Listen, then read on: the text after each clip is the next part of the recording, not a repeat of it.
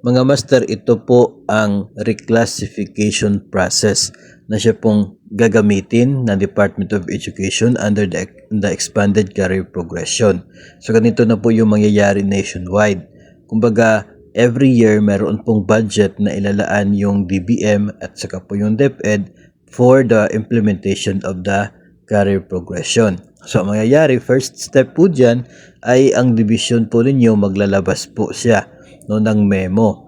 That is to call for applicants, for applications po ng mga gusto na ma-reclass yung kanila pong position into higher positions depending po sa kanila pong qualification at eligibility. So kapag meron na pong memo ang division to receive the applications, mag-submit na ito pong mga interested teachers. Tapos the division SDO now evaluates applications and prepares career and PAL. So may meaning po yun, a comparative assessment report, parang ganun po siya.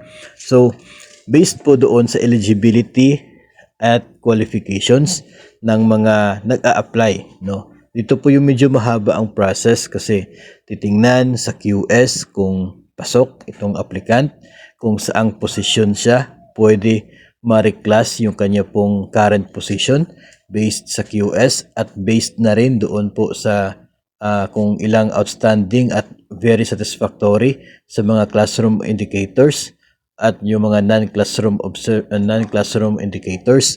So, yun po ay titingnan. Tapos malalaman kung saang posisyon pwedeng ma-reclass yung applicant po natin. Ngayon, kapag na-prepare na ito pong career and PAL from the division, ay isubmit nila ito doon po sa DepEd Regional Office not later than October 31 sa bawat taon.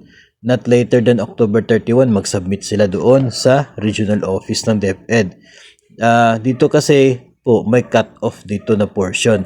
Depende po kung magkano yung budget available. So may cut-off kung ilang mga personnel yung kayang ma-reclass based po sa budget. So kapag nasabit na po sa region yung mga pasok po sa budget, ay si region ngayon ay mag-validate nito at mag-approve ng documents at saka po isubmit nila ito sa DBM Regional Office. From DepEd to DBM na. Ngayon kapag nasa DBM na, ito po ay DBM Regional Office ay mag-prepare ng NOSCA and issue the same through action document releasing system. Tapos kapag okay na, then ang mangyayari niyan, balik naman sa STO, sila naman yung mag-prepare sa process para sa appointment papers and necessary adjustment sa sahod ng mga reclassified na mga DepEd personnel. So, yun po ang mangyayari na ngayon sa mga buong DepEd.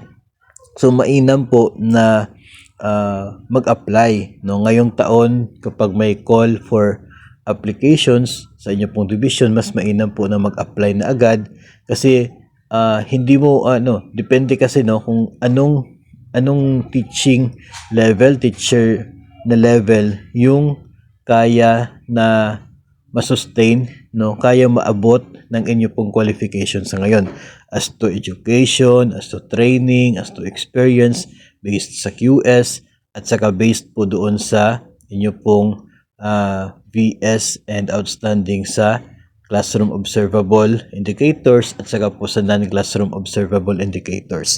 So i-combine po yun, baka yung teacher 1 ka, target mo, baka pwedeng teacher 3 lang, pero pagdating po doon sa evaluation, maging eligible ka pala for teacher 5.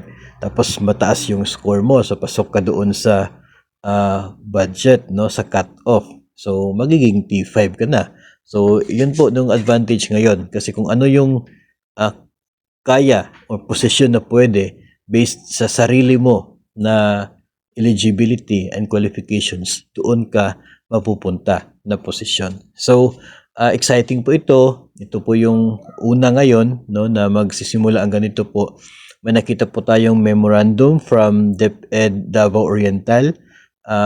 Meron na po silang memo for call of applications para po sa reclassification na katulad po nito.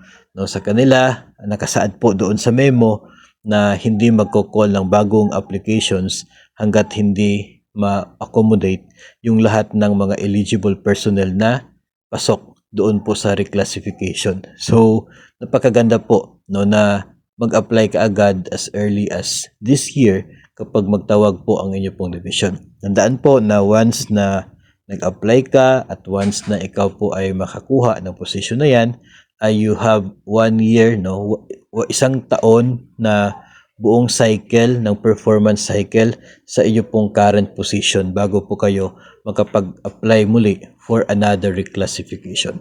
So, yun po, no, ang atin pong episode na ito related po sa reclassification process ng Department of Education.